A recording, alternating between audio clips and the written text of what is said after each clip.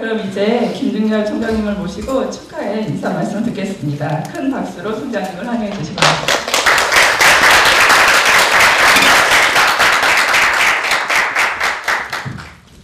네, 안녕하십니까. 방금 소개받은 사이버한국외국어대학교 총장 김중렬입니다. 날씨가 꽤 쌀쌀해졌습니다. 하긴 11월이 됐으니까 어떻게 보면 당연하겠지만요. 가을도 깊어가고 또 경우에 따라서는 초겨울의 날씨까지도 느끼는 정도가 됐는데요. 우리가 바쁘게 달려온 2017년도 이제 한 2달여밖에 안 남은 것 같습니다. 남은 2달여 동안 여러분 자신을 위한 차분하고 특별한 시간을 갖게 되시길 바랍니다. 먼저 국내 유일의 온라인 태솔대학원인 사이버한국외국어대학교 태솔대학원에 관심을 갖고 이 자리에 참석해 주신 여러분들께 감사드립니다. 여러분이 아시다시피 태솔대학원은 2012년 개원 이후에 유능한 졸업생들을 배출해 왔으며 매해 입학을 지원하는 지원자도 점점 늘어나고 있습니다. 우리 대학뿐만 아니라 많은 전문가들이 태솔대학원에 지금 관심을 갖고 있는 중입니다. 오늘 입학 설명회와 콜로키움에 참여해 주신 여러분들도 우리 사이버한국외국어대학교 특히 태솔대학원에 많은 관심을 갖고 계시기 때문에 오늘 참석하신 것으로 저는 이제 알고 있습니다. 아울러 11월 6일부터 12월 7일까지 시행되는 태솔대학원 2018년도 1학기 신입생 모집에도 많은 관심 그리고 많은 성원 그리고 구체적으로 많은 지원을 해주시기를 바랍니다. 자, 그 정도로 이제 설명을 드리고요. 오늘 콜로키움은 4차 혁명 시대의 영어 교육 방향을 주제로 국제 영어대학원대학교 김영우 교수님을 모시고 진행하게 되었습니다. 이미 와 계신데 아까 인사를 드릴 때 좀 빠뜨린 것 같은데 그 의미에 논란이 있긴 하지만 여러분들도 아시다시피 최근 4차 혁명 시대의 도래로 IT, 의료 등등 다양한 산업뿐만 아니라 교육 분야에 이르기까지 사회 전반이 그야말로 빠르게 변화하고 있습니다. 이러한 흐름에 발맞춰 우리 태솔대학원에서 이 분야의 전문가인 김영우 교수님을 초청하여 인공지능, AI라고 그러죠. 그 다음에 가상현실, VR, 그 다음에 증강현실, AR 이렇게 얘기를 하죠. 용어는 이제 많이 익숙해지셨을 텐데요. 이와 관련되는 변화하는 기술 그리고 국내 교육 환경의 흐름을 살펴보고 영어 교육과로서 어떠한 준비 그리고 미래의 어떤 전략을 세울 수 있는지에 대해 공유하고 논의하는 자리를 마련하게 돼서 대단히 뜻깊다하겠습니다. 오늘 이 자리에 참석하신 여러분들도 새로운 영어 교육의 방향 그리고 효과적인 미래 교육의 전략에 대해 자세히 살펴봄으로써 새로운 시대를 대비하고 미래 교육에 대한 통찰력 그리고 시사점을 많이 얻어가는 기회가 되시길 바라겠습니다. 다시 한번 오늘 입학 설명회 그리고 콜로키움에 참석해 주신 여러분들께 깊은 감사의 말씀을 드립니다. 앞으로도 국내 유일의 온라인 태솔대학원인 사이버한국외국어대학교 태솔대학원 나아가 사이버한국외국어대학교에 지속적인 성원을 보내주시기를 기대하고 또 바라겠습니다. 감사합니다. 자, 그럼 이제 콜로키움을 시작하겠습니다.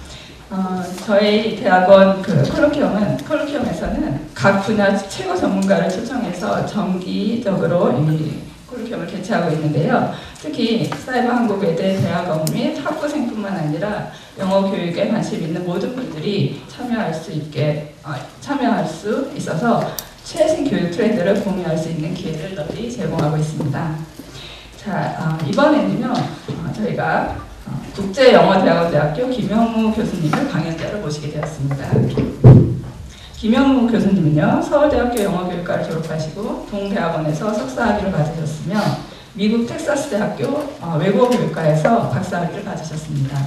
현재 국제영어대학원대학교 영어교재개발학과의 교수로 재직하고 계시고 동대학원 파닉스 연구소장을 맡고 계십니다.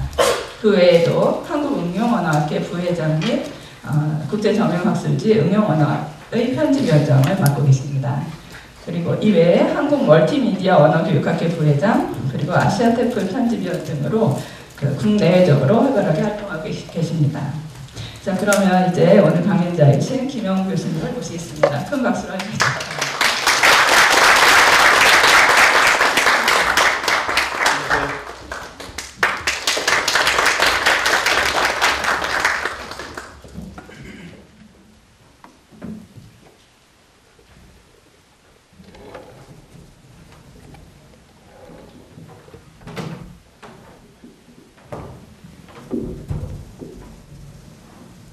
네, 방금 소개받은 김영우입니다.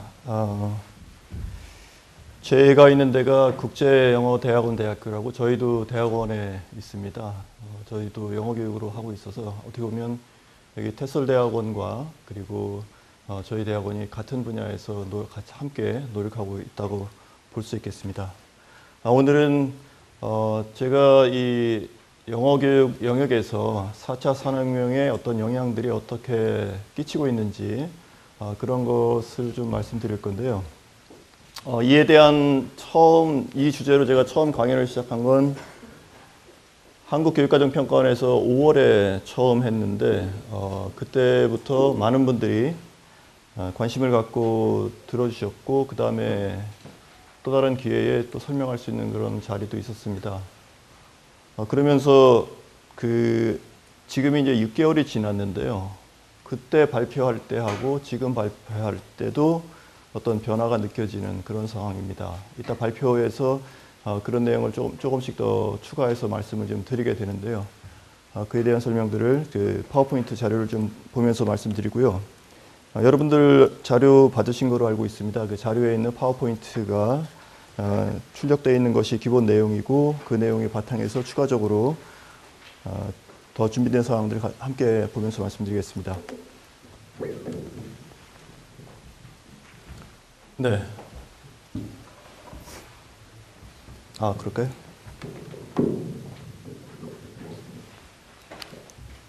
네.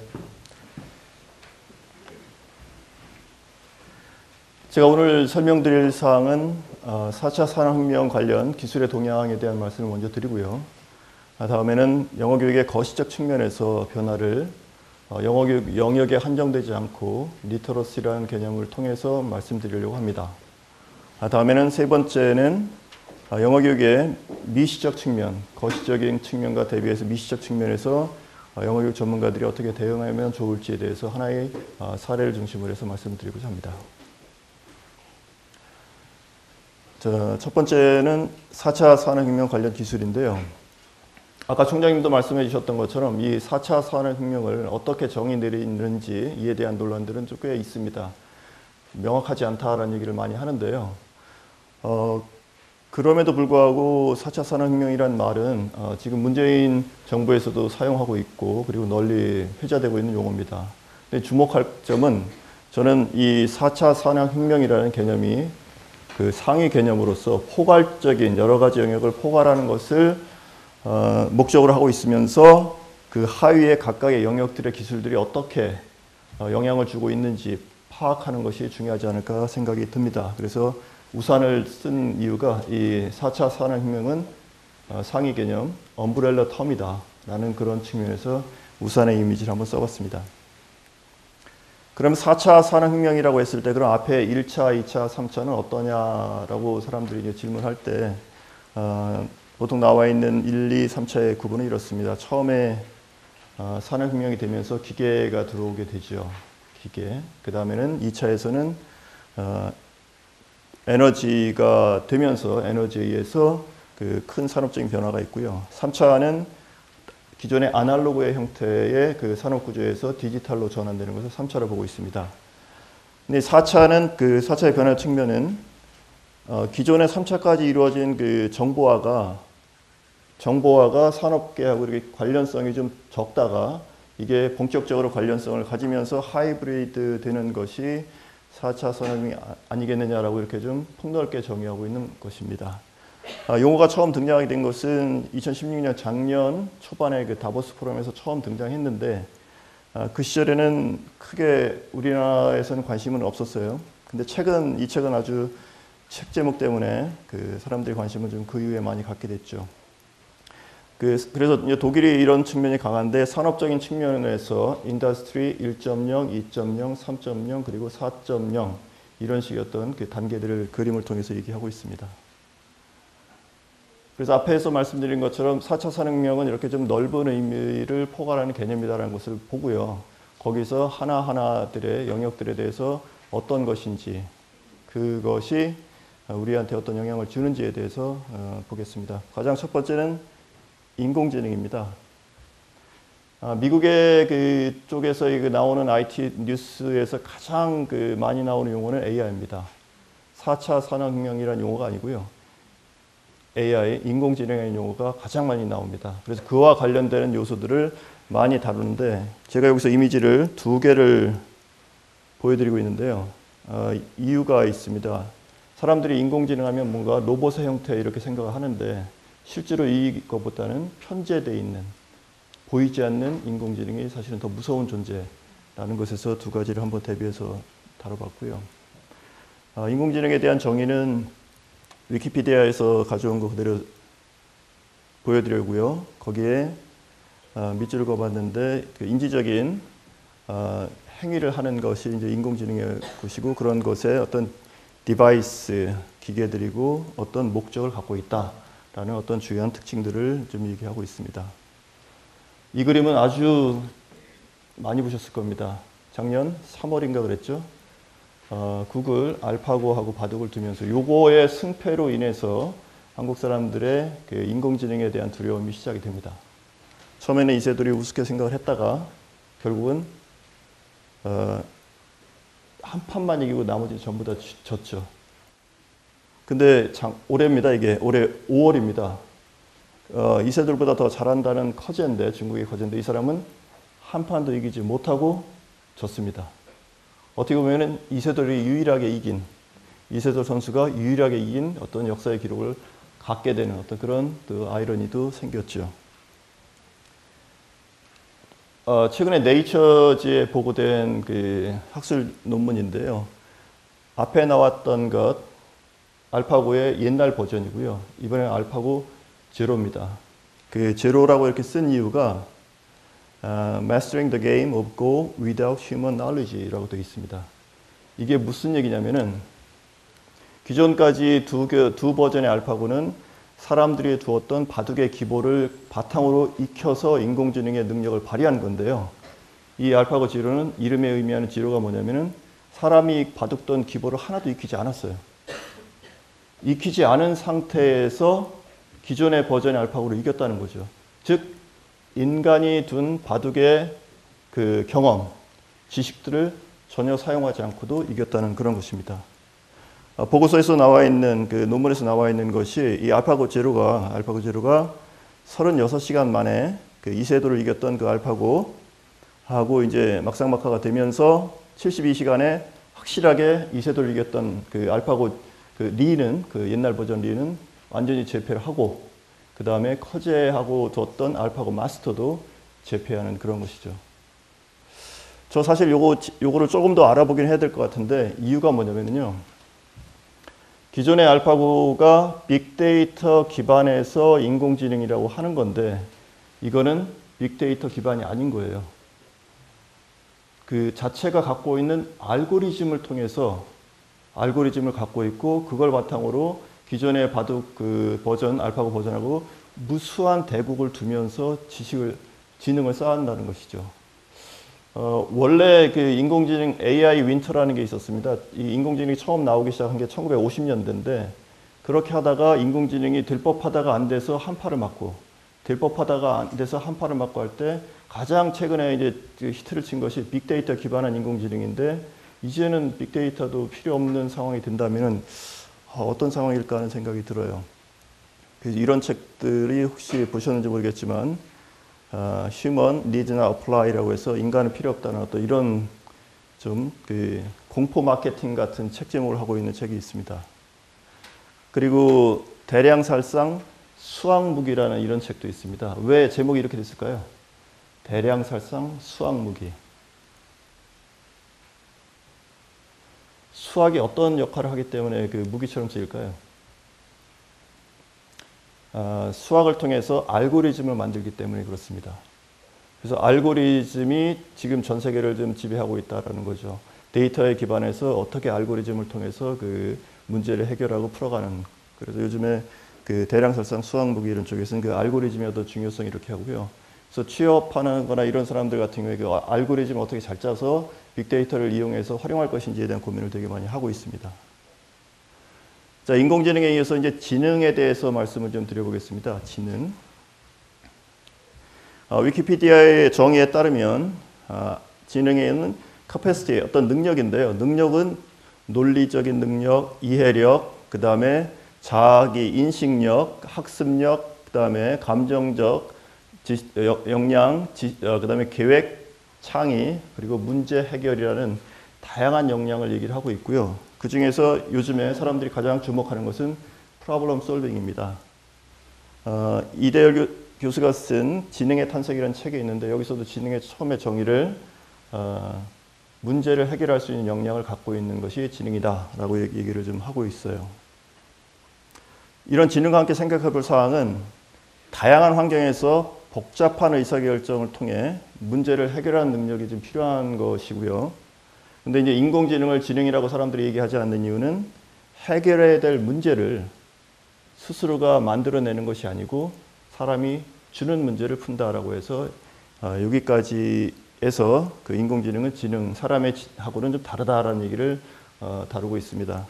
근데 이제 물리적인 측면에 있어서는 그 계산을 그 책에서 나와 있는 계산을 보면 인간의 뇌는 1.4kg 정도 돼요. 여러분도 혹시 아령하실 때 여자분들 1kg를 들을까 2kg를 들을까 고민하실 때 있지 않습니까? 뇌의 무게는 그거의 꼭 반입니다. 1.4kg, 1,400g. 거기에는 한 1,000억 개 정도의 세포가 있고 각각의 세포가 줄기처럼 뻗어 있는 게 1,000개의 시냅스가 있어서 다 곱해보면 100조개의 그 시냅스가 되는데 아이폰 7 3만 대 정도의 트랜지스터 개수랑 맞먹는답니다. 그러니까 이게 기술적으로 점점 집적을 더 강화하게 되면 물리적으로는 인간의 뇌에 다가갈 만큼의 어떤 그런 그 기억 용량은 가능할 수 있다는 얘기죠. 하지만 문제를 스스로 만들어내서 그거를 활용할 것인지에 대한 부분에 있어서 아직은 미지수라고 합니다. 이 슬라이드는 제가 저한테서 아주 중요한 그 어젠다를 계속 갖게 만드는 슬라이드고 제가 그걸 좀 정리해 본 건데요. 일단 위에서부터 내려가서 보겠습니다. 아까부터 계속 말씀드렸던 문제와 관련해서 지능 연결되는 부분이 첫 번째입니다. 지능과 문제가 있는데 해결해야 될 문제가 있죠. 프로블럼이 있습니다. 두 번째는 문제 해결을 위해서는 의사결정이라는 걸 해야 돼요. 문제 해결을 위해서 의사결정을 해야 되고 그 다음에는 의사결정을 하기 위해서는 의사소통을 해야 되는 거죠. 왜냐하면 인간은 사회적 존재이기 때문에. 그래서 의사소통이라는 것, 의사결정과 의사소통은 그렇게 멀리 있지 않습니다. 근데 의사소통을 해서 효과를 원하는 바를 얻는 것이 효과적인 것이고요. 어떻게 하면 시간과 자원을 절약해서 하는 것이 효율적인 것이죠. 그러니까 효과와 효율을 얻는 것이고 그 과정에 영어나 같은 언어를 사용하는 겁니다. 자, 언어를 사용할 때 우리가 중요하게 생각하는 것은 정확한 언어 사용 그리고 또 유창한 언어 사용을 얘기합니다. 그리고 그렇게까지 이르기 위해서는 언어 지식을 갖춰야 되는 거죠. 자, 여기서 우리가 생각해 볼 것은 영어 교육이 지금 어디에다가 목표를 두고 있는지입니다. 영어 교육 목표를 두고 있는 지점은 정확한 영어 사용, 유창한 영어 사용 이쪽에다 목표를 두고 있는 면이 있습니다. 자, 그러면 그것이 의사소통으로 나아가 줘야 되는데 의사소통까지 나아가면서 영어 교육을 생각하느냐 할 때 의사소통 능력 신장이라는 이런 말을 통해서 하긴 하지만 그게 주된 목표가 되지는 않습니다. language form이라든지 language function이라든지 이런 쪽에 초점이 맞춰져 있는 거죠. 근데 앞에서 봤던 것처럼 의사소통을 통해서 문제 해결로 올라가는 과정을 생각해 볼 때는 그럴 때는 영어 교육이 언어의 그 측면에 한정되지 않고 더 확장하는 것에 어떤 필요성은 되게 큰 거죠. 그러면서 어떻게 보면은 목표가 아이들이 영어를 사용할 때 그게 효과적으로 사용했느냐 또는 효율적으로 사용했느냐 좀 표현이 틀리더라도 그러니까 그런 쪽으로 목표를 올려갈 수 있는 가능성들을 염두에 두고 영어 교육을 생각해 볼 필요는 있지 않을까라고 생각하는 거죠. 이게 영어 교육이 현재 어떤 자기 영역에서 그 축소되는 현상을 극복할 수 있는 하나의 그 실마리를 저는 이 슬라이드의 이 표현에서 좀 찾고 싶은 거죠.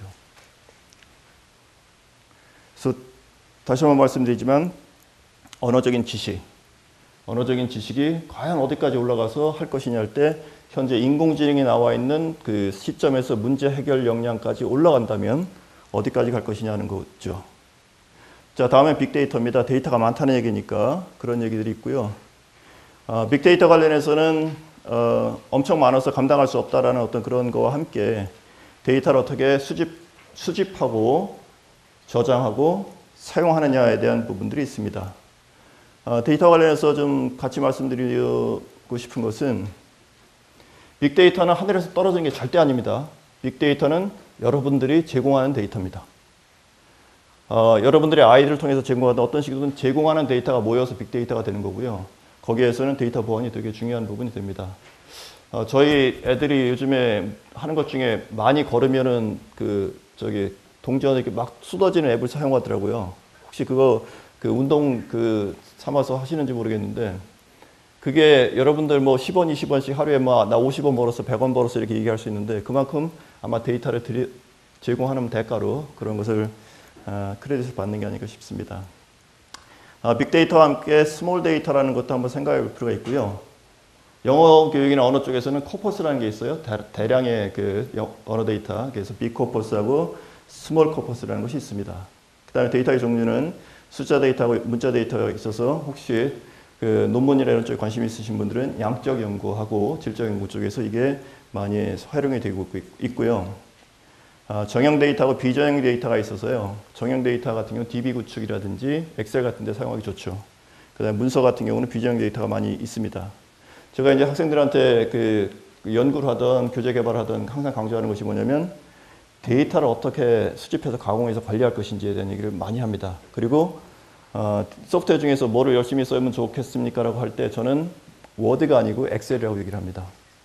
데이터를 잘 관리해서 활용하는 능력이 현재에 있어서는 아주 중요하기 때문에 그런 얘기를 많이 하고 있어요. 그래서 이 데이터의 수집, 저장, 관리, 사용이 연구문헌도 데이터로 그렇게 할 수 있고요. 교육자료도 그렇게 할 수 있는 게 있죠. 이제 그런 것이 원소스 멀티유스로 하나의 소스를 갖고 멀티유스로 갈 수 있는데 뒷부분에서도 말씀드릴 예정인데 책도 원소스 멀티유스의 관점으로 갈 수 있습니다. 그리고 표나 차트처럼 데이터를 시각화하는 것이고 이는 정보 가치를 증대하는 면에서 상당히 중요하고요. 요즘에 데이터 시각화, 데이터 비주얼라이제이션 이런 것이 또 각광을 받고 있는 영역 중에 하나입니다. 여기에 Corpus of Contemporary American English라고 코카라고 합니다. 제가 여기서 language라는 그 키워드를 넣어서 타이핑한 건데요. 이게 빅 코퍼스입니다. 코퍼스가 많아서 그 표현들을 한꺼번에 쫙 몰아서 검사를 해볼 때 이런 걸 사용할 수 있죠. 혹시 이 슬라이드는 없는데요. 참고해서 보신다고 한다면 여기 표현 코카 또는 Corpus of Contemporary American English를 좀 검색해 보시면 그 내용을 좀 찾으실 수가 있습니다. 자, 빅데이터 관련해서 또 하나 좀 소개해 드리고 싶은 것은 구글에서 N그램이라는 게 있습니다. N그램이라고 있어서 엄청난 책을 DB로 구축해서 거기서 나와 있는 것을 보여주는 건데요. 제가 어떤 사례를 한번 만들어 봤냐면 시간은 돈이다라는 표현하고 그리고 또 time flies, 시간이 쏜살같이 흐른다는 두 개의 표현 한번 데이터에 넣어봤어요. 넣어봤을 때 1800년도부터 시작해서 2000년도에까지 그 표현들을 봤을 때 이게 빨간 부분은 time flies입니다. 예전에는 time flies를 훨씬 사람들이 많이 썼어요. 근데 지금에 와서는 time is money를 사람들이 더 많이 씁니다. 더 많이까지는 아니죠. 지금 여기 조금 올라갔으니까. 자, 어떤 학생들하고도 이걸 가끔 좀 활동에 쓰기도 하는데요. 표현이 어떤 식의 역사적인 어떤 흐름들을 갖고 오는지에 대한 그 빅데이터 기반한 어떤 그 사용 사례가 되겠습니다. 그런 것들을 모아놓은 책입니다. 빅데이터 인문학 진격의 서막이라는 책인데요. 아까 그걸 만든 사람들, 구글하고 협동해서 그걸 만든 사람이 쓴 책으로 언어와 관련된 빅데이터가 어떻게 활용될 수 있는지에 대한 그 소개하고 있는 책입니다. 빅데이터도 중요하지만 스몰 데이터, 내가 핸들링할 수 있는 내가 핸들링할 수 있는 스몰 데이터도 함께 관심을 가져보는 것도 좋습니다. 그 데이터가 내가 그 관리할 수 있는 데이터가 없고 항상 남한테서 받는다고 하면 그거는 항상 부차적, 2차적인 어떤 그런 상황이 됩니다. 그럴 때 나만의 데이터를 내가 어떻게 확보해서 활용할 것인지 그런 것은 항상 관심을 가져볼 필요가 있습니다. 다음에는 사물 인터넷인데요. 사물 인터넷은 물리적인 세상에 네트워킹이 많이 되는 어떤 그런 것이라고 보면 되겠습니다. 그래서 네트워킹이 많이 되는 현재의 상황 뭐 이런 걸 얘기할 수 있겠고요. 이런 사물 인터넷과 관련해서 생각해 볼 것은 초연결성입니다. 연결이 엄청나게 많이 되고 있고요. 사람을 둘러싼 제반 요소들 간의 상호작용이 생겨서 증강현실 같은 것이 구현되기가 쉽죠. 뭐냐면은 혹시 여러분들 그 지하철 같은 데 다닐 때 어떤 그 부스 딱 지나가는 순간에 뭐라고 말 붙이는 기계들 혹시 그 경험해 보신 적 있나 모르겠습니다. 뭐 안녕하세요라고 뭐 아마 센서가 있으니까 그렇게 할 텐데 현재는 그냥 안녕하세요라고 하겠지만 만약에 나중에 그 데이터가 연결이 된다면 김영호 선생님 안녕하세요라고 데이터 그 인사를 할 수도 있습니다. 왜냐면 데이터 간의 그 상호 초연결성을 통해서 그 사물들과 사람 간의 그 상호작용이 충분히 가능한 시대가 되기 때문에요. 그러다 보면 교육의 공간 개념, 장소도 이제 개념이 바뀌게 되죠. 왜냐면 교실을 만들 수 있는 상황이 여기만이 아니게 되는 거니까요. 그러면 스마트 러닝과 스마트 워크 같은 이런 것이 자연스럽게 이루어질 가능성이 큽니다. 자, 다음엔 로봇인데요. 로봇은 머신입니다. 아까도 한번 말씀드린 것처럼 근데 human form, 인간의 형태를 취할 수도 있지만 인간의 형태랑 전혀 무관하게 외모가 전혀 무관한 어떤 그런 형태도 로봇으로 볼 수 있다는 얘기죠. 로봇의 형태는 그 아까 말씀드린 것처럼 사람과 꼭 같아야 되는가 또는 사람과 다를 수도 있다. 보이지 않을 수도 있다까지 얘기하고요. 보다 인간적인 상호작용을 할 수 있는 로봇이 점점점 등장하고 있고요. 그 다음에 로봇 때문에 노동자의 필요성이 줄어들게 되면서 요즘에 자본과 노동 간의 관계의 어떤 변화들도 많이 생기고 있습니다. 우리나라 같은 경우는 공장에서 로봇을 이용해서 사람들을 대체하는 경우가 아주 많이 있죠. 일본에서 로봇을 많이 만드는데 혹시 이 로봇을 보셨는지 모르겠는데 이 로봇은 시험 보는 로봇입니다. 일본에서. 시험 보는 로봇인데 합격률이 생각보다 좋아요. 그래서 동영상 한번 보여드리겠습니다.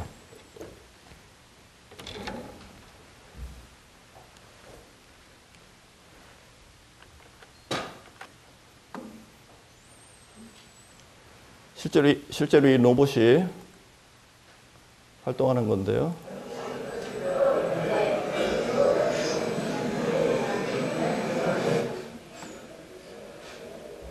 로봇의 손끝에 펜이 있습니다.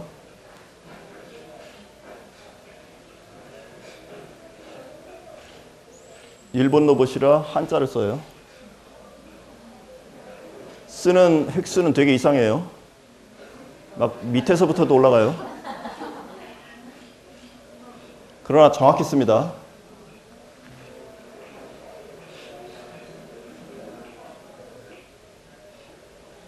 자, 왼쪽 손으로는 시험지를 잡고요. 오른쪽으로 쓰고 있습니다.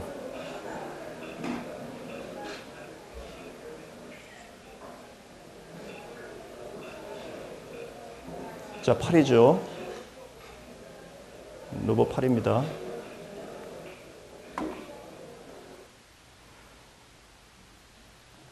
자, 이 대단하지 않나요? 종이 위에 펜을 갖고 힘 조절해가면서 네모칸에 한자 한자 정확하게 쓰고 있습니다. 누가 얘기해 주는 거 쓰는 거 아니에요. 본인이 생각한 거 써서 합격하는 거예요. 그래서 목표는 동경대 합격이랍니다. 아직은 합격을 못했답니다. 근데 근접해 가고 있답니다. 이제 문제가 주어지고 그 문제를 풀 수 있는, 아까 인공지능 정의에서 그거 있었잖아요. 그러니까 문제를 스스로 만드는 게 아니고 문제가 주어진다면 해결할 수 있는 역량이 되는 로봇이 인공지능과 결합돼서 생긴다는 거죠. 그럴 때 이제 역으로 그럼 사람들, 우리는 우리 스스로가 문제를 제기해서 풀려고 하는가? 라는 그런 고민을 역으로 해볼 수 있는 상황도 되기도 합니다. 자, 이건 일본이 이렇게 시험 이거 하는 것은 뭐 저기 지적인 능력의 부분도 있겠지만 아주 섬세한 작동을 할 수 있는 그런 능력이 있는 로봇을 만들 수 있다는 것, 그런 것을 하고 있고, 한국에 최근에 그 몇 군데 로봇 등장했죠. 뭐 가천대 의대라든지 그 일본에 있는 소프트뱅크 그 회사에서 만든 로봇 들어와서 뭐 은행에서 뭐 저기 답변한다든지 하는 이런 거 지금 시연 시작했습니다. 자, 동영상 조금 아까 보여드렸고요. 로봇과 관련해서 그 우리나라 사람 소설가입니다. 구병모 소설가가 쓴 한 스푼의 시간이라고 있는데 혹시 이런 그 소설 읽는 거 좋아하신다면 뭐 추천합니다. 세탁소, 늙음악한 그 세탁소를 운영하는 그 남자분한테 갑자기 엄청난 큰 우편물이 미국에서 배달이 됩니다. 뜯어보니까 로봇이 나온 거예요. 그러면서 그 로봇이 나름 커가는 과정들, 그런 것들을 쭉 했는데, 그 언어학적인 측면에서, 의사소통 측면에서, 상호작용 측면에서, 이런 거 가능할 수 있겠다라는 생각이 좀 들 법도 합니다. 한번 읽어보십시오. 왜 한 스푼인지, 시간이. 다음에 스마트 스피커입니다. 스마트 스피커로서, 요즘에 그 작년부터 알렉사를 아마존에서 적극적으로 출시하고요. 그리고 또 구글도 홈을 출시하고 있고, 한국도 요즘에 비즈니스 모델이 되면서 네이버, 카카오가 그 스마트 스피커를 좀 출시하고 있는 상황입니다. 혹시 그 구입해 보신 분 있으신가요? 스마트 스피커? 그러세요? 네. 쓸만하세요? 네. 예, 쓸만하시다는 얘기를 한다는 것은 비즈니스 모델이 일단 성공을 한 것 같아요. 자, 그 사람들이 기대하는 바는 그 스마트 스피커를 이용하는 사람들을 통해서 데이터를 많이 얻어서 그 향후에 그 데이터를 이용한 어떤 비즈니스 모델을 활용하고자 해서 요즘 프로모션을 아주 많이 하고 있습니다. 스피커인데 이게 형태가 스피커인 거죠. 사실은 스피커 말고 다른 형태를 많이 취할 수도 있어요. 이런 변화들은 뒤에서 좀 더 말씀드리겠습니다. 자, 스피커에서 그 사람과 기계 간의 상호작용의 변화들이 어떤 게 있는가를 좀 짚어보면, 혹시 여기서 도스라는 모드, 컴퓨터에서 도스 모드를 써보신 분들은 키보드가 꼭 필요하다는 생각을 하실 겁니다. 근데 어느 순간에 윈도우가 등장하면서 마우스 없이는 안 되던 시절이 생깁니다. 도스, 그 다음에 마우스. 다음에는 아이폰이 등장하면서 터치 스크린에서 터치하는 것이 필수적인 상황이 됩니다. 물론 그 전에 PDA라고 해서 Personal Digital Assistant라는 그 HP 같은 데서 만든 게 있긴 했었어요. 하지만 불편했습니다. 근데 아이폰이 나오면서 터치 스크린으로 넘어간 거죠. 상호작용하는 방식에서 이제는 소리로 상호작용하는 상태가 됩니다. 여러분들 TV 볼 때 채널을 가서 돌려보신 적이 있으신지 모르겠어요. 예전에 그게 필수였는데 어느 순간에 리모컨이 나오면서 엄청 편해졌죠. 그래서 카우치 포테이토라는 말도 있잖아요. 그냥 소파에 앉아서 리모컨만 돌리는 사람들. 자, 그마저도 힘들면 소리로 하겠다는 거죠. 지금 그럴 가능성이 점점 높아지고 있는 상태입니다. 그래서 인류의 역사를 놓고 볼 때 음성 언어의 귀환 시대입니다. 문자에서 음성 언어로 귀환되고 있는 시대입니다. 인류 전체적인 역사에서 언어가 어떤 의미를 갖는지 그런 것이 이제 중요한 부분이 있고요. 또 하나는 이런 음성 상호작용 장비하고 목적 의식적으로 대화하는 것은 훨씬 수월합니다. 예를 들어서 비행기표 예매하기, 호텔 예약하기, 이런 것은 정해진 그 턴테이킹이 있기 때문에 수월합니다. 하지만 목적 없이 그냥 자, 오늘 뭐 했니? 뭐 이런 거 물어보는 것은 아직은 좀 약합니다. 근데 그걸 한번 해보고 싶어서 아마존에서는 아마존 알렉사 프라이즈라고 해서 알렉사하고 목적 없이 20분 동안 대화하면 상 주겠다 라는 그런 상도 내걸어서 얼마 전에 그 상을 수여했던 적이 있습니다. 사람하고 20분간 대화하는 것도 쉽지 않은데 스피커하고 20분 동안 그냥 대화할 수 있는 그런 여지가 과연 가능할지 이제 그런 거죠. 그래서 이제 언어의 그 여러 가지 기능 중에서 가장 사람들이 많이 쓰고 영어 교육에서도 여기에 초점을 많이 두는 것이 정보를 주고받게 하는 건데요. 그거 말고도 표현 기능, 친교 기능, 호소 기능, 시적 기능, 메타 언어적 기능들 여러 가지가 있습니다. 제이콥슨이라는 언어학자가 얘기한 건데요. 그 중에서 이제 정보 교환 기능이 좀 어느 정도 셋업이 되니까 이제는 다른 영역들도 더 스피커를 이용한 상호작용 장비를 이용한 그런 것을 해나가고 있습니다. 그 변화가 이렇게 있고요. 키보드, 마우스, 터치스크린, 그 다음에 음성으로 상호작용하는 단계입니다. 혹시 이 영화 보셨나요? 허라는 영화. 이 허는 사람이 아니죠. 허는 사만다죠. 자, 이런 상황입니다. 이 사람은 그 대필 작가예요. 남 연애 편지 대신 써주고, 뭐 남 불편한 편지 대신 써주고 하는 그런 역할을 하는 사람이죠. 그 시무룩한 상황에서 사만다라는 그 인공지능하고 대화를 하면서 삶의 어떤 행복을 찾아가려는 어떤 그런 시도를 많이 하죠. 근데 뭐 이 사만다도 어느 날 갑자기 없어졌다가 나타나니까 저 업데이트 됐어요라든지 막 이런 식의 상황이 되고, 그리고 알고 보니까 나하고만 상호작용하는 게 아니고 이렇게 연애를 하고 있는 사람이 아주 많은 좀 황당한 상황이 된 거죠. 자, 하나 동영상 하나 보여드리겠습니다. 알렉사 프라이즈라고 해서 이 아마존 에코입니다. 저도 이거를 구입해서 집에 갖고 있는데요. 예를 들어서 뭐 오늘 날씨는 어떠냐, 뭐 오늘 서울은 어떠냐, 뭐 이런 식의 얘기들을 좀 할 수 있는 그런 여지가 있는데, 여기서 있는 영화를 갖고 한번 얘기를 하고 있습니다. 한번 볼까요? 목적 없이 대화가 이루어지는지. Hello, I am Tessie Elquist. Let's chat about movies. We can talk about movies, directors or actors. Do you have a favorite? I like Frozen. There are always so many talented people working on animation. What about Surf's Up also by Chris Buck? Do you know that one? No, I don't. So what is your favorite movie? I like The Matrix. Action movies are great. I had to upgrade my CPU to process them though. The director, Lana Wachowski, also made Jupiter Ascending. Did you know that? Yes, I did. What did you think of it? It was horrible. I see. I found them. 저 대단하지 않아요? 대단하지 않습니까? 예. 제가 5월 달에 발표할 때만 해도 이런 동영상을 좀 보여드리기 쉽지 않았는데, 이게 이런 동영상이 흔히 이제 나오고 있는 상황이 된 거죠. 뭐 그냥 저기 턴테이킹에서 알렉사 아마존 에코의 그 캐릭터, 오디오 캐릭터가 알렉사인데, 알렉사가 먼저 질문도 하잖아요.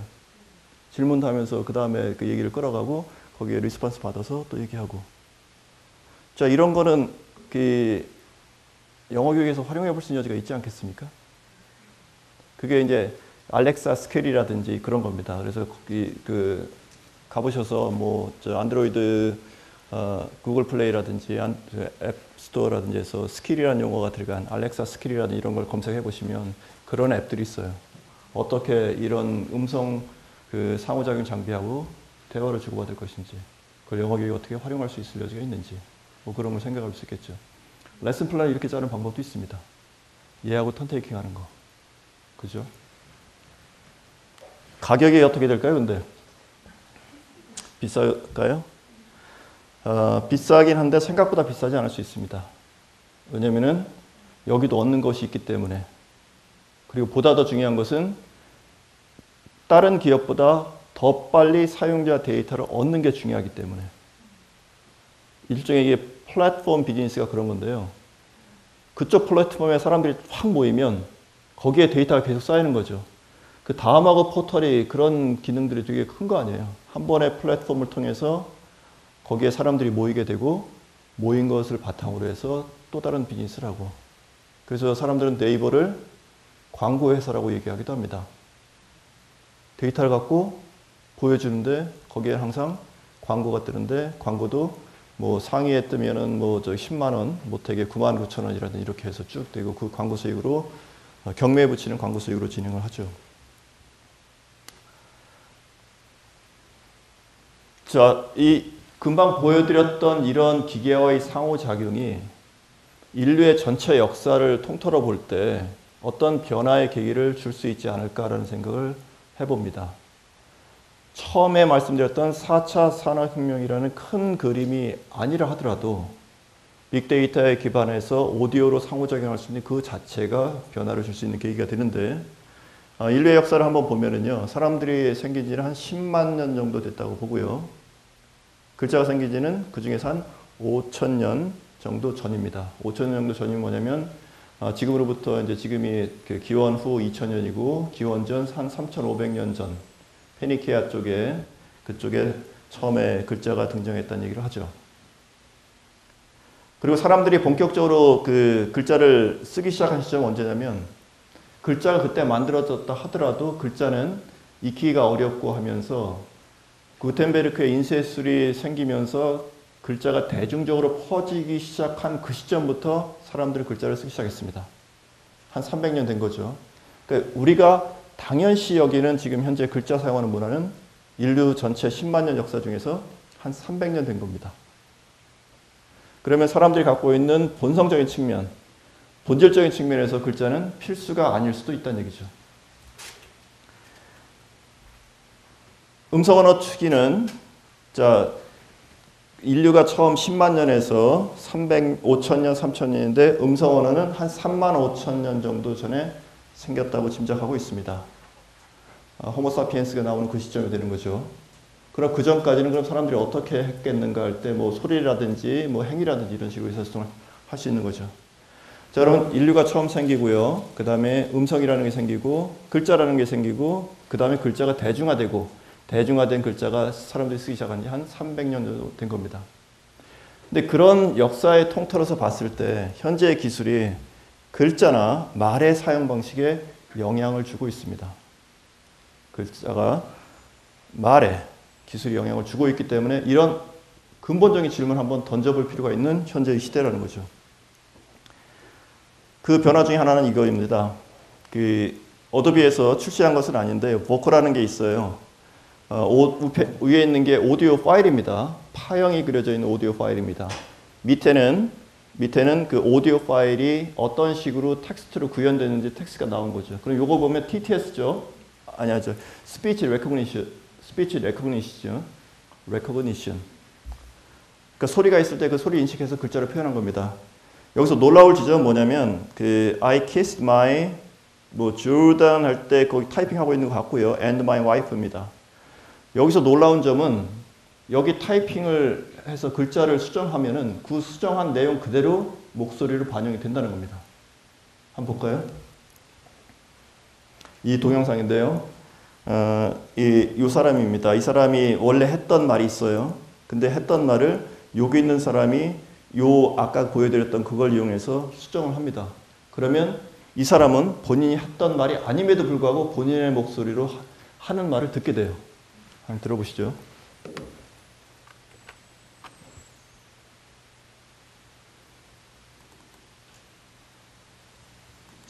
How do you piece into a vocal?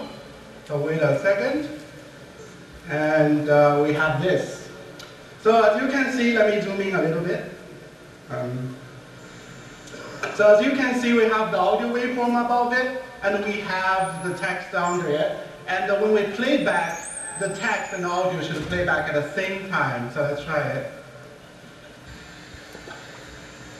And I kiss my dogs and my wife. Okay. So let's do something here. Okay. So suppose Michael he wants to send this audio to his wife. So he actually wants his wife to go before the dogs. So okay. So what do we do? Easily copy paste. Let's do it. Copy. Paste. Oh, yeah, it's done. Let's listen to it. And I kiss my wife and my wife. Oops. Oops. Oops. Where are the dogs? Okay, how can we let the dogs out?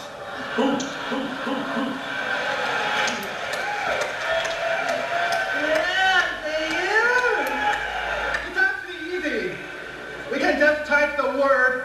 dog's here.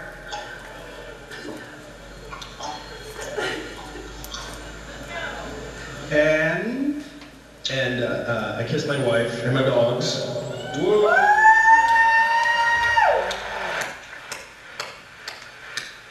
wait, here's more. We can actually type something that's not here. So I heard that actually on that day, Michael actually kissed our Jordan. So, sorry, to recover the truth, let's do it. So let's remove the word my here. Your secret's out. And just type the word Jordan. Ooh. And here we go. And I kissed Jordan and my dogs.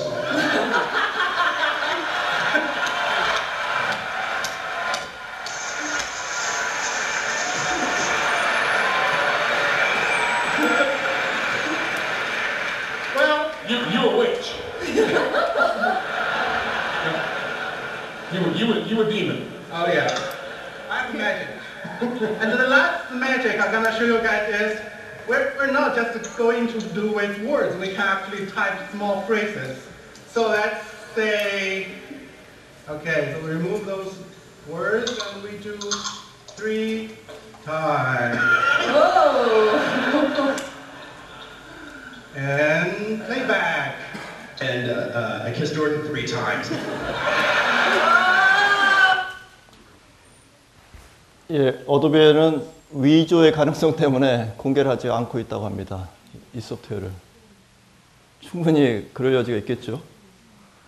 이게 뭘 의미하는 거냐면 글자와 소리의 경계가 허물어진 겁니다. 글자로 의사소통하는 세계가 있고 소리로 의사소통하는 세계가 있다고 했을 때 기존에 그랬는데 이제는 그 경계를 허물어 버리는 거죠.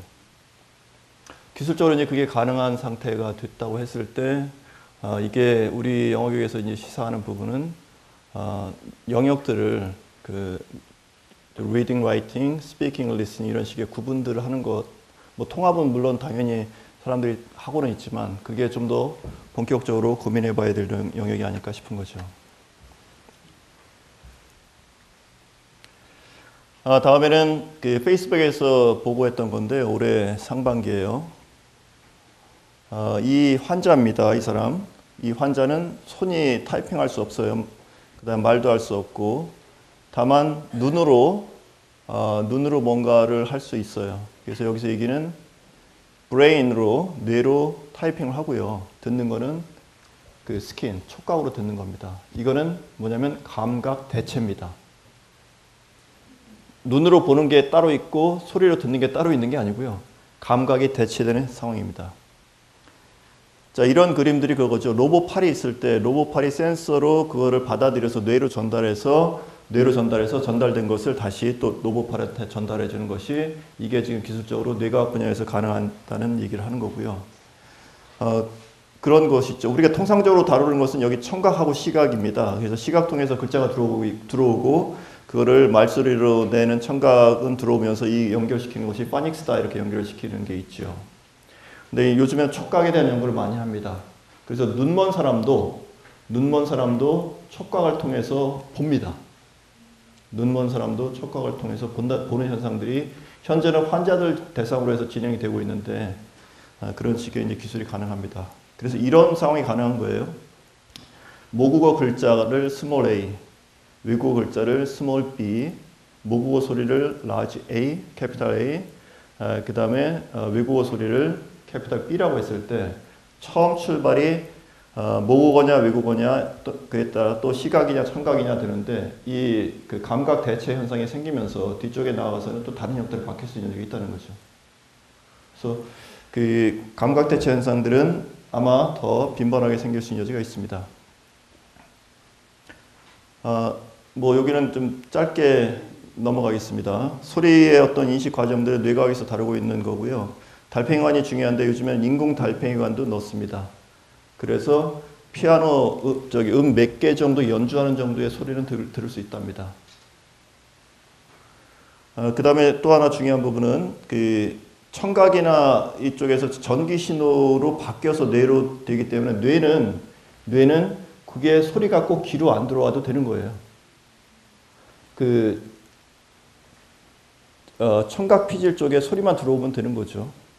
꼭 그게 귀로 들어와야 된다는 어떤 그런 단서 조항이 뇌한테는 없습니다. 어디선가 들어오기만 하면 되는 거예요. 그리고 이제 소리하고 보는 거하고 해서 아이들은 그 태아 때부터 출생 전부터 소리를 듣기 때문에 소리에 더 민감합니다. 그래서 달리기 선수들이 눈으로 보고 뛰는 게 아니고 소리로 듣고 뛰는 거죠. 조금이라도 더 빠르기 때문에. 모국어의 음소 인식 능력은 생후 1개월 정도 돼서 되고요. 의미와 단어 연결되는 부분도 있습니다. 그리고 소리와 글자의 연결은 임의적이고 범주화된 지식을 갖는다는 것이 있습니다. 그래서 소리 14개를 쫙 들려주면 음소로 다 구분하는 게 아니고 여기서 여기까지는 이음 같다. 여기서부터 여기까지는 어떤 같다. 뭐 이런 식으로 구분하는 거죠. 귀가 이렇게 되어 있고요. 글자는 재밌는 것은 이제 소리로 듣고 축두엽은 요 위에 있습니다. 여기 바로 되게 가깝죠? 근데 시각 피질은 이 눈에서 본다면 이 뒤로 갑니다. 좀 멉니다. 그게 사람들이 생존 본능에 있어서 귀가 소리가 더 민감하다는 것을 좀 볼 수 있는데요. 또 눈은 그 흑백을 구분하는 어떤 그런 것도 있습니다. 가시광선 뭐 이런 얘기도 있고요. 글자 관련해서는 의도적으로 글자는 만들어진 거고요. 처음에는 글자를 알기가 되게 어려웠다고 합니다. 그러나 음소를 나타낼 수 있는 표현 문자가 등장하면서 한 20개 내지 30개의 글자로 말수를 표현하는 혁신적인 변화가 있으면서 인류는 그 인지적인 효율과 사고 능력의 도약을 이룹니다. 그래서 그 세종대왕의 한글 창제의 이 그 음소 원리를 대단하다고 그 언어학자들이 얘기를 하는 거죠. 이런 변화의 시기가 그 암기하는 그런 시기에서 글자로 변하는 시기가 그리스의 플라톤이 있던 그 시절이었습니다. 그 시절에 그래서 플라톤은 글자가 있음으로 인해서 사람들이 암기도 제대로 못하게 된다 해서 우려를 많이 했어요. 근데 그 암기를 여러분들 요즘에 know where 뭐 이런 거 있잖아요. 내가 모르더라도 어디에 있는지 알면 된다고 해서 일종의 기억을 아웃소싱하는 겁니다. 알아야 될 것을 내가 알 필요 없다. 그냥 어디 있는 것만 하면 된다. 그 대신에 나는 다른 일을 하겠다 이런 거죠. 그래서 글자라는 것은 아웃소싱 나가는 어떤 하나의 형태의 방식인 건데 그게 처음 등장했을 때는 그 대철학자도 우려를 했다는 거죠. 또 하나는 글자가 사람의 작업 기억에서는 글자로 기억되는 것이 아니고 음운 기호로 저작된다는 거. 그래서 소리가 우선이라는 얘기를 할 수 있고요. 리터러시 관련해서는 그 뇌가 어떻게 달라지는 데 대한 연구도 있습니다. 말씀드렸던 그 눈으로 들어온 것이 뇌의 그 후두엽에 있는 시각 피질로 가는 것에 대한 흐름입니다. 여기서 하나 얘기는 지금 여기요. 이쪽에서 갈 때 요 전기 신호를 낚아채 가지고 요즘에 뇌과학에서 연구하는 것은 눈으로 보지 않더라도 여기서 신호를 바로 보내는 거죠. 그럼 사람의 눈이 필요하지 않고 여기서 신호를 바로 보낼 때 시각적인 그 정보로서 사람들한테 제공할 수 있다는 겁니다. 그 다음에는 그 언어에 있어서 외연적 언어하고 내연적 언어가 있는데 제가 지금 이렇게 말하는 것은 발화 언어입니다. 제 목을 이용해서 하는 발화 언어입니다. 근데 상상 음성이라는 것은 발화 음성이고 상상 음성이라는 것은 자 한번 여러분들 소리 내지 않고 요 슬라이드를 한번 머릿속에서 한번 읽어보시죠. 잠시 시간 드릴 테니까 소리 내지 않고 머릿속에서 이거 한번 읽어보시죠.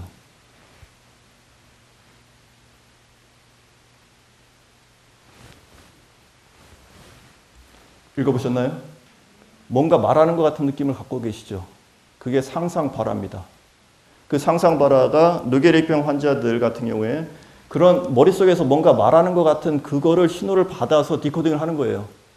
그래서 그 사람이 입으로는 말하지 못하지만 그 신호를 받아서 말로 표현해주는 그런 그 시도를 지금 뇌과학에서 하고 있는 것이 그게 상상발화입니다. 그래서 뇌 속에 있는 언어체계 과연 뭘지 우리가 이제 가르치는 언어도 있지만 배우고 있는 언어도 있지만 뇌 속에 있는 언어가 무엇일지 그게 생득적인 능력이라고 얘기를 한다면 그게 촘스키가 얘기하는 그런 거죠. 촘스키가 얘기하는 그 언어가 갖고 있는 사람들이 갖고 있는 언어적인 생득적 능력 뭐 그런 얘기가 그렇습니다. 이런 얘기들은 이 책을 보면 재밌게 나와 있습니다. The Brain이라는 책인데 책이 그 그래픽도 많고 해서 재밌게 읽어볼 만합니다. 혹시 시간 되시면 참고해 보셔도 좋겠습니다.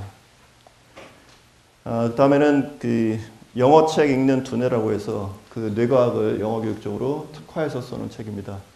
자, 아쉽게도 이 책은 절판이 됐더라고요, 보니까. 박순 선생님이라고 뇌과학 쪽에서 영어 교육, 저희 학교 졸업하신 분인데 그쪽 분야의 연구를 많이 하고 있었는데 이 책도 좀 볼만합니다.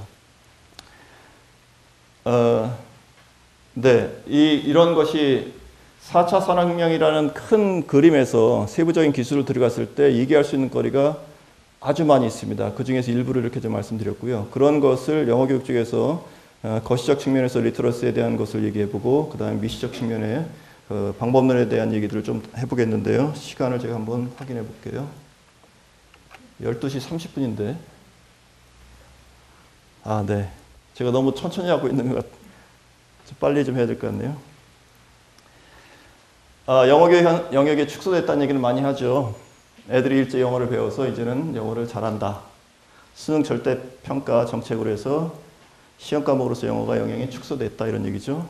자, 수능 절대평가 얘기가 나오면 수능 절대평가로 인해서 영어의 중요성은 떨어지지만 다른 데가 더 중요해진다 얘기하면서 나오는 대표적인 영어 표현이 풍선 효과입니다. 풍선 효과. 그러니까 이제 시험 과목으로서 영어는 뭐 이런 상황들이 있는 거죠. 우리나라에서 시험은 엄청나게 중요해서 이런 책도 있어요. 시험 국민의 탄생. 과거를 통해서 입신양명하려는 것은 동양의 어떤 문화권의 특성입니다. 중국이 아주 셌고 한국도 영향이 있죠. 특히 조선시대 때. 그 중에서 입학시험으로서 영어는 아주 중요하다는 얘기죠. 하지만 영어 사용은 늘고 있는 현상이 있습니다. 해외여행 갔다 오셨나요? 가서 영어 사용해보셨나요? 사용해보고 싶은 생각도 더 드셨나요? 자, 영어 사용 확대입니다. 공공장소에서 영어 사용이 점점 늘고 있습니다. 우리나라도 그렇죠. 그런 것을 연구하는 분야가 언어학에서는 요즘에 유행하는 그 분야가 linguistic landscape, 언어 풍경을 연구하는 분들이 있습니다. 국제어로서 영어는 위상이 공고화되는데 사회학 연구에 따르면 모국어 말고 어떤 언어 배울래? 라고 질문했을 때 90% 이상이 영어라고 답한다는 거죠. 자, 영어 사용 확대인데 이 오른쪽에 그림이 그 linguistic landscape, 언어 풍경과 관련된데요. 좀 확대해 볼까요? 자, 실제 있는 것들을 찍은 거겠죠. 자, 한국어하고 영어가 어떻게 나타나고 있는 상황인지. 자, 이런 거 보면 그래도 나도 영어를 좀 해야 되겠나 보다 라고 나이 드신 분들도 생각할 정도가 되는 거죠. 그 영어 사용의 어떤 필요성들이 늘고 있는 거죠. 자, 또 다른 자료에서 영어가 많이 사용된다는 얘기를 보여주고 있는 자료입니다. 또 하나 중요한 것은 영어 학습하고 영어 사용이 괴리가 나타나고 있는 현상입니다. 뭐냐면 내가 꼭 영어를 꼭 배워야 하는가에 대한 질문이에요. 영어 학습에 대한 효과나 효율에 대해서 의문시 되는 부분 때문에 그렇기도 하고 시험 과목으로서 영어의 위상이 축소된 것도 있습니다. 그리고 한류의 영향으로 한국어 하는 외국인들도 늘고 있는 것도 뭐 작용을 안 한다고 할 수는 없겠죠. 근데 보다 더 중요한 것은 통번역 기술이나 장비의 확대를 통해서 영어 배우지 않고도 사용할 수 있는 상황이 있습니다. 주요 관광지에 복수언어 표기가 확대되는 것도 있고요. 영어, 한국어, ICT 기술이 함께 사용되는 것. 자, 이 부분이 저한테서는 중요한 어떤 오늘의 어젠다가 되겠습니다. 그 밑줄까지 쳤습니다. 자, 이런 상황인 거죠.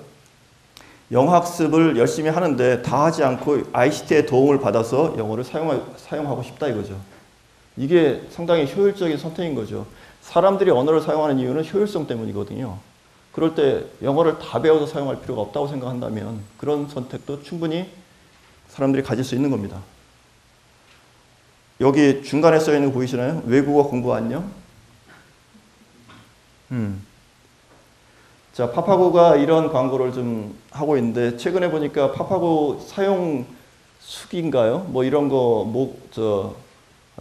공모하는 그런 것도 진행하고 있더라고요. 자, 리터러시라는 것은 현재 좁은 정의는 글자 중심의 글을 읽고 이해하는 능력인데요. 더 확대된 정의를 놓고 본다면 다양한 문화적 상징 체계가 있는데 그걸 이해해서 의사소통에 활용하는 능력으로 생각을 하고 있습니다. 유네스코의 정의입니다. 자, 리터러시를 검색해 보면 이런 그림들이 있습니다. 리터러시 앞에 저마다의 다양한 용어들을 씁니다. 다양한 용어 쓰는 게 보이시죠? 검색해봐도 다양한 용어들이 있습니다. 리터러시 앞에. 자, 그럴 때 대표적인 리터러시는 문화적 상징 체계에서 대표적인 리터러시는 언어 리터러시고요. 언어 리터러시에서 모국어, 그리고 사람들이 많이 선택하는 영어, 다음에 외국어가 있겠죠. 거기에 다양한 문화적 산물이 등장하면서 정보통신 기술 같은 이런 것도 중요한 부분이겠고, 그 다음에 각각의 영역에서 그 영역마다 갖고 있는 리터러시가 있습니다. 미디어, 정보, 디지털, 통계, 재무, 게임, 보안.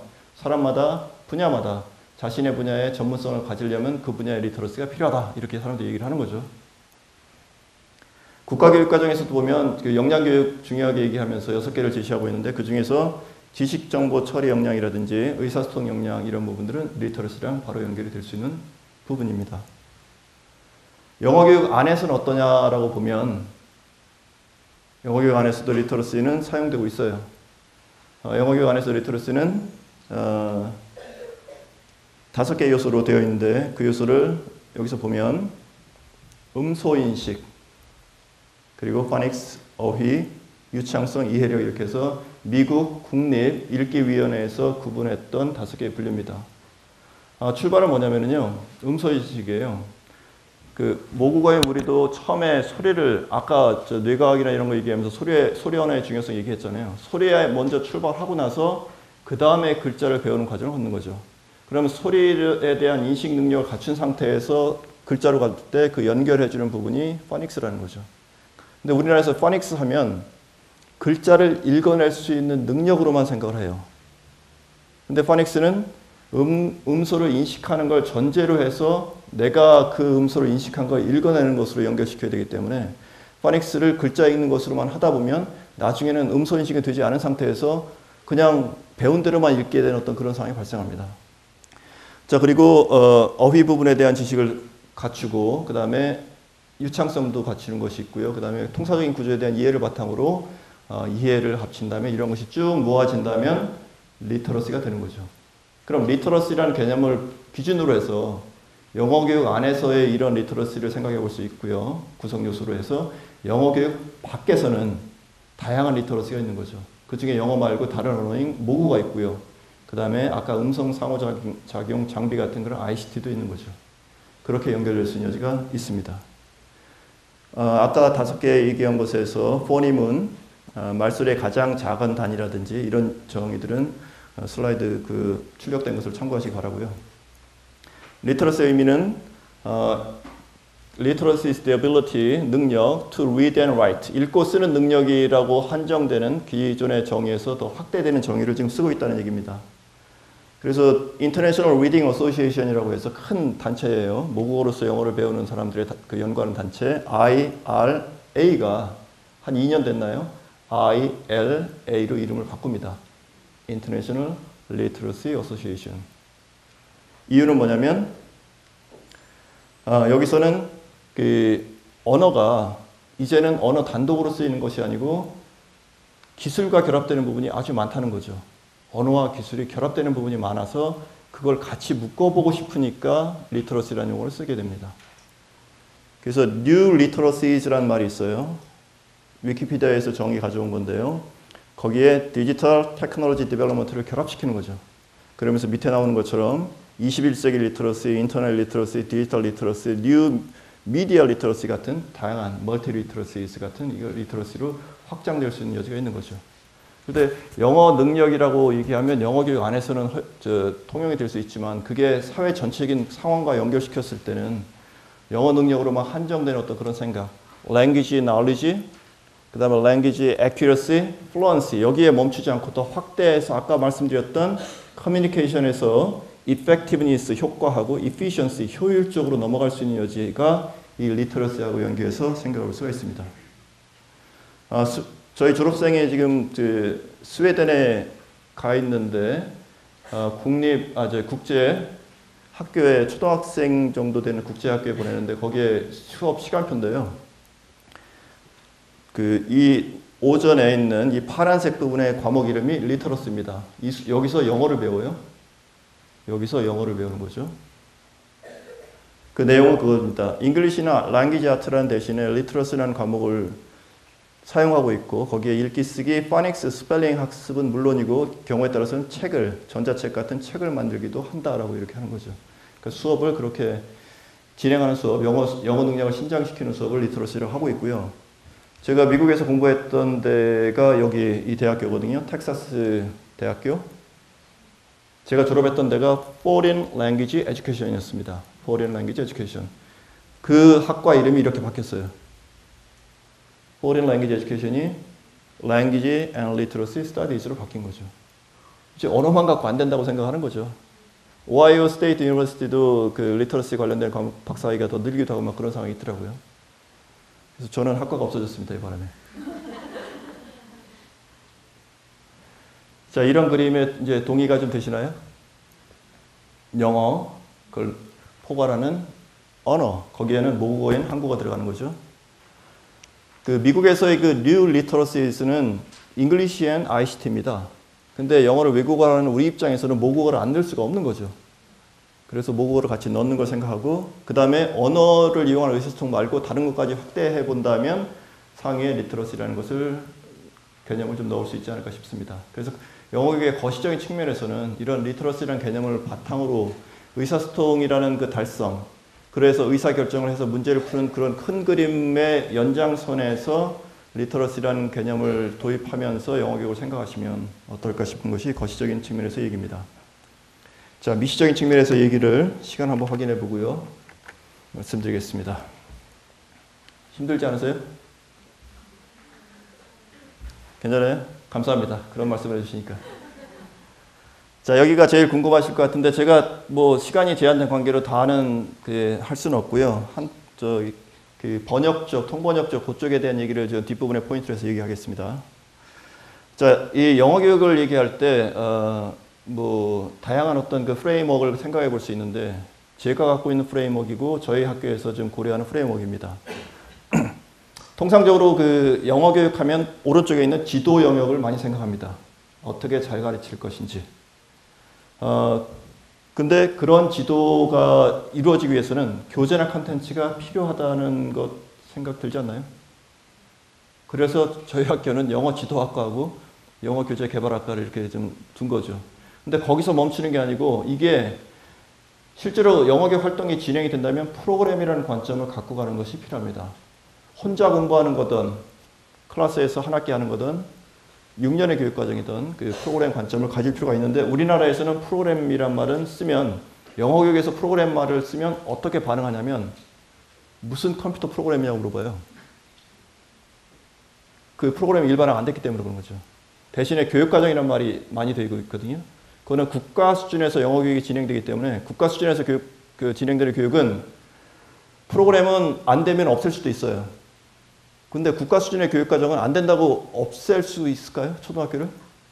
안 되기 때문에 교육과정 어차피 이거는 있어야 되는 것이고 그러면 내용을 가르칠 것을 중시하기 때문에 교육과정 커리큘럼이라는 말을 많이 씁니다.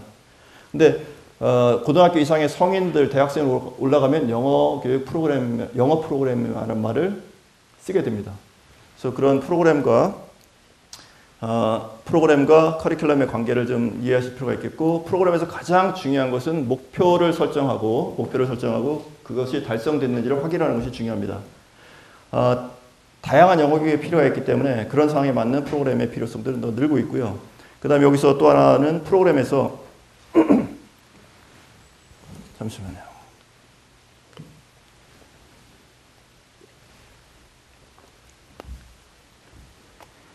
프로그램을 짤 때 요구 분석, 니즈 애널리시스를 많이 해야 된다는 얘기는 누구나 강조를 해요. 근데 그거를 조금 들여다보면 세 가지가 있어요.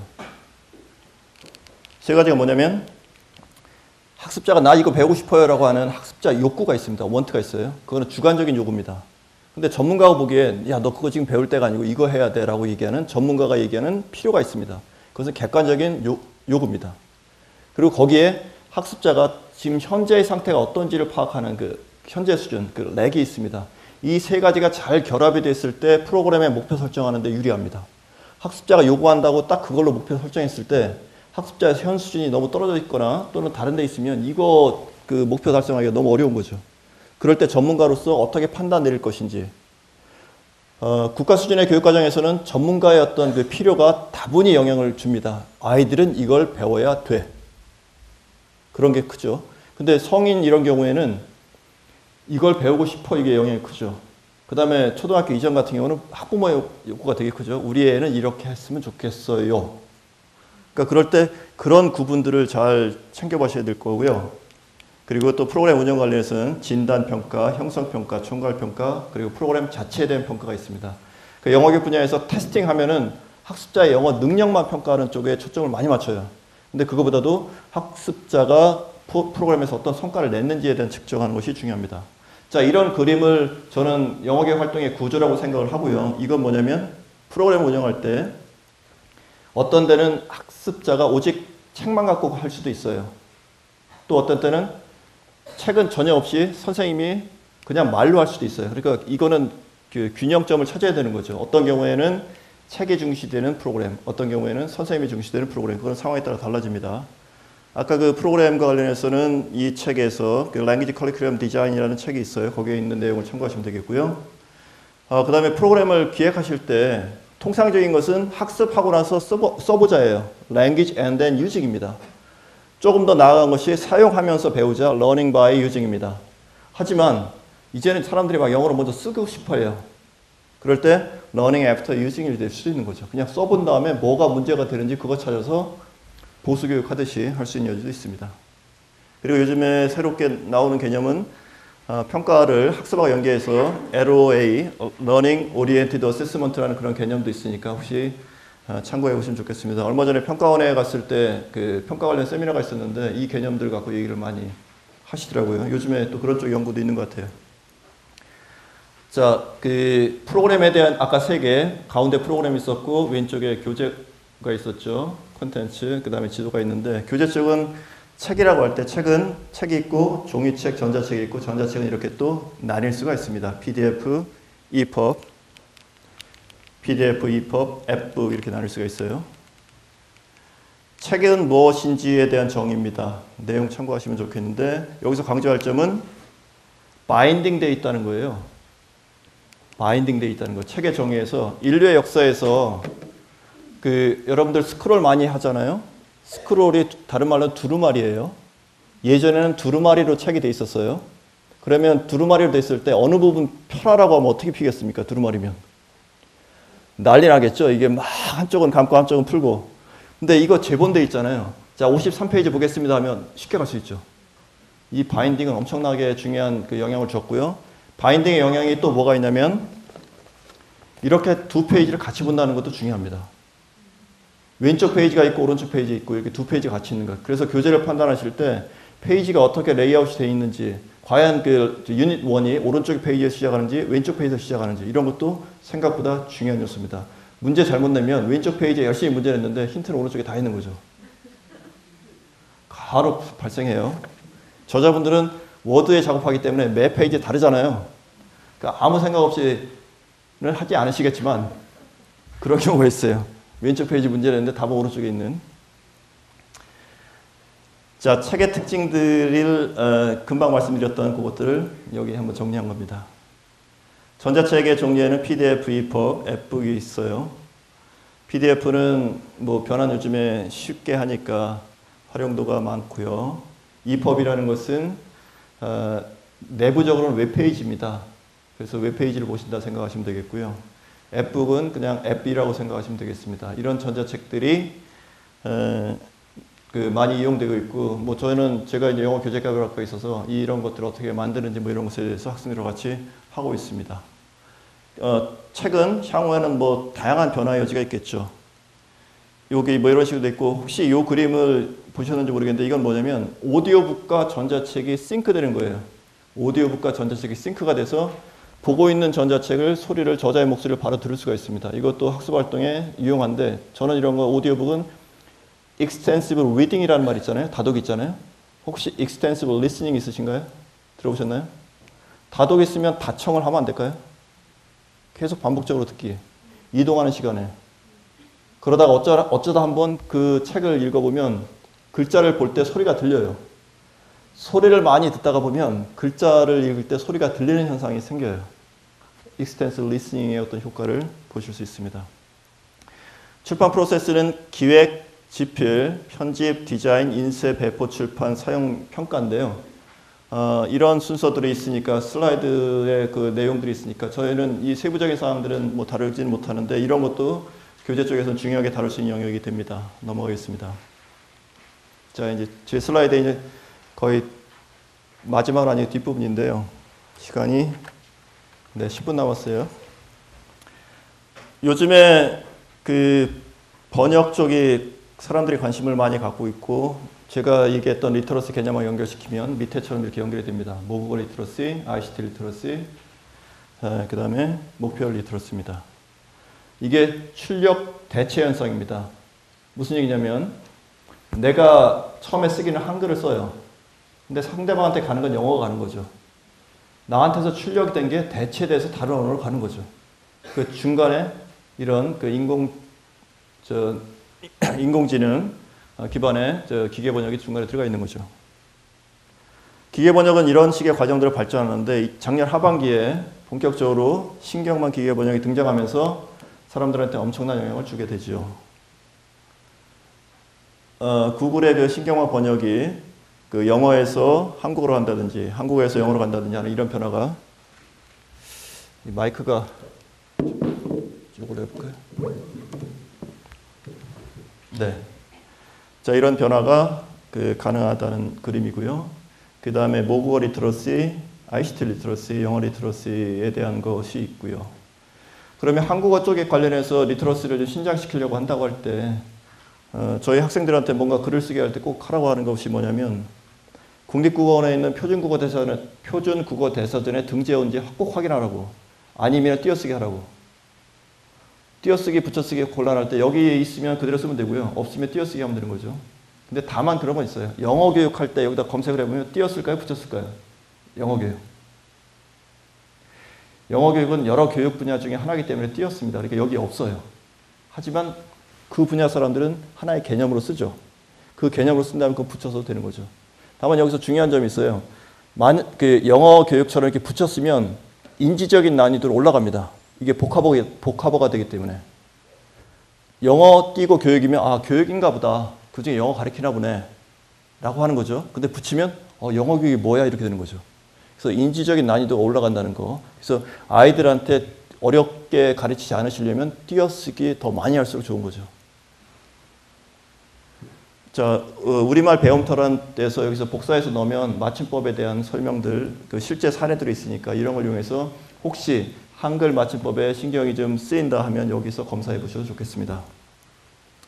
다음에는 이런 책들도 있어서요. 그 편집자들도 사용하는 책이라 참고해서 참고 삼아 좀 보여드렸고요. 그 다음에는 그 외래어를 우리나라로 표기할 때인데 여기 표시를 크게 했어요. 옥스퍼드라는 것을 한국어로 표기할 때 뭐라고 될 것인지, 옥스포든지 옥스퍼든지. 여기 국어연구원에 가면 옥스퍼드가 맞는 표현이라고 나와 있습니다. 그 다음에는 워드 같은 문서에 보면 소리내어 읽기라는 것이 기능이 있어요. 그 워드 버전마다 달라집니다. 영어도 가능하고 한국어도 가능해요. 이거 좋은 점이 뭐냐면 이게 이렇게 쭉 읽어보면 내가 짐작하지 못했는데도 그게 이상한 부분들을 TT에서 읽어주는 거니까 그냥 걸리는 경우가 있어요.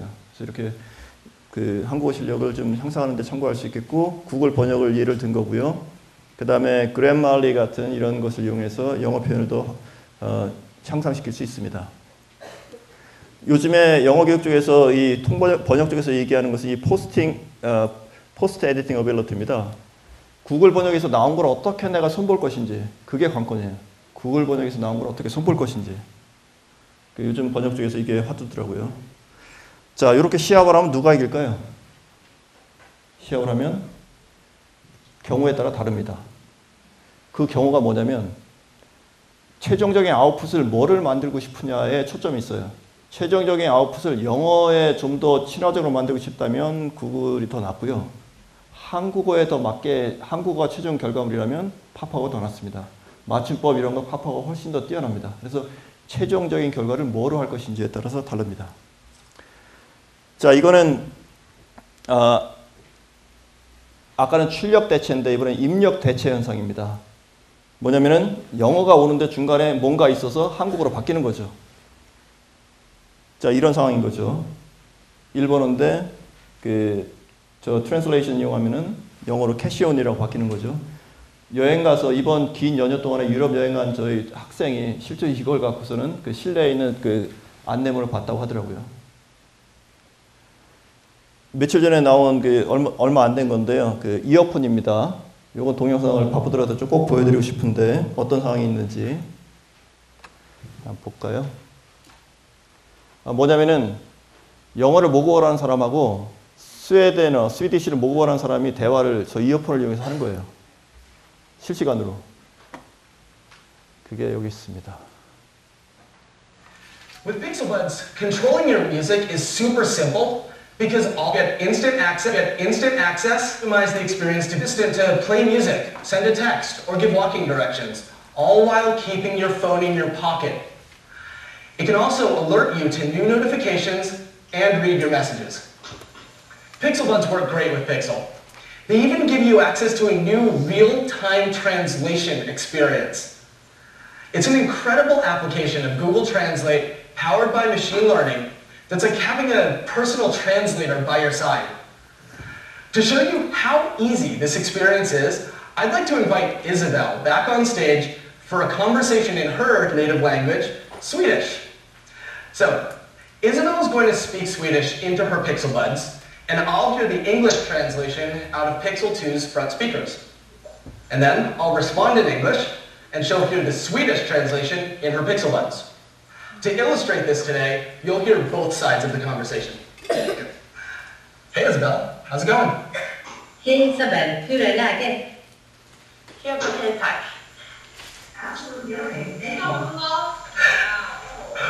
What do you think of these cool new headphones? Vad tycker du om de här coola nya hörlurarna?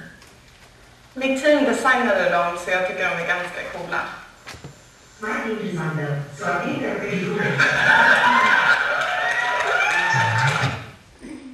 자, 여자가 말하는 건 그 장내 스피커로 나가면서 잘 안 들리게 했는데 지금 실시간으로 번역을 하는 거죠.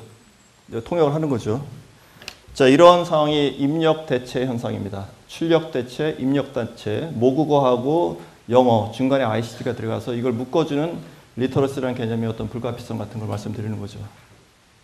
자, 마무리는 이런 기술이 어떤 특이점을 지나서 이제는 어떻게 그걸 잘 활용할 것인지에 대한 거고요. 체스 같은 경우도 인공지능이 이기면서 체스가 망할 줄 알았더니 사람들이 인공지능하고 팀 짜가지고 시합하는 상황이 발생하는 그런 상황이 됐고요. 그 전문직의 미래라는 이런 책도 있습니다. 최근에 컨텐츠 진흥연구원에서 음악하고 인공지능을 연결시키는 부분을 하더라고요. 저는 사람이 그 중세 때 신본에서 인본으로 넘어서 사람 중심으로 넘어오면서 노동이 강조됐는데 지금은 로봇이 노동할 수 있는 상황도 되면서 사람 어떻게 잘 놀면서 사회에 기여할 것인지에 대한 고민을 해본다고 할 때 그게 호모 루덴스입니다. 관심을 가져보시면 어떨까 싶고요. 영어 교육에 있어서 우리는 그 교수 중심, 개인 중심, 학습과 사용을 분리했던 것을 학생 중심, 공동체 중심, 사용하면서 학습하는 쪽으로 좀 바꿔보고요. 리터러시에 대한 정의나 모형을 개발하고 그걸 영어 교육에 적용하는 거고 리터러시 교육과정의 일부로서 영어 역할을 자리매김하는 것과 함께 시험 과목으로서 영어 역할도 있겠죠. 시험 과목으로서 영어 역할에 대해서는 제가 오늘 말씀드린 건 하나도 없어요. 하지만 그 부분 여전히 유효한 거죠. 둘 간에는 갈등할 수도 있고 시너지 효과도 날 수 있습니다. 이 경영 쪽에서 책인데요. 우리가 하는 일이 최종적으로 사람들한테 인정을 받기 위해서는 가치로운 일을 해야 돼요. 하지만 지속 가능성을 위해서는 그 가치가 내가 드리는 노력보다는 더 커야 되는 거죠. 그래야지 그 사이에서 상품으로 치면 이윤이 나오는 거고 여러분으로 치면은 뭔가 더 지속할 수 있는 여지가 있는 것 때 그럴 때 원가가 100원이면 가격은 120원, 가치는 150원은 돼야지 사람들이 관심을 가질 거라는 거죠. 그래서 경쟁사회에서 사람들이 자신이 있을 곳을 찾고자 할 때 영어를 하나의 소통 도구로 사용할 수 있도록 도와주는 리터러시 관점에서 영어교육 활동을 하는 영어교육 전문가가 필요한 것이 아닌가 싶은 것이 제가 오늘 드리고자 하는 말씀의 마지막 말입니다. 감사합니다.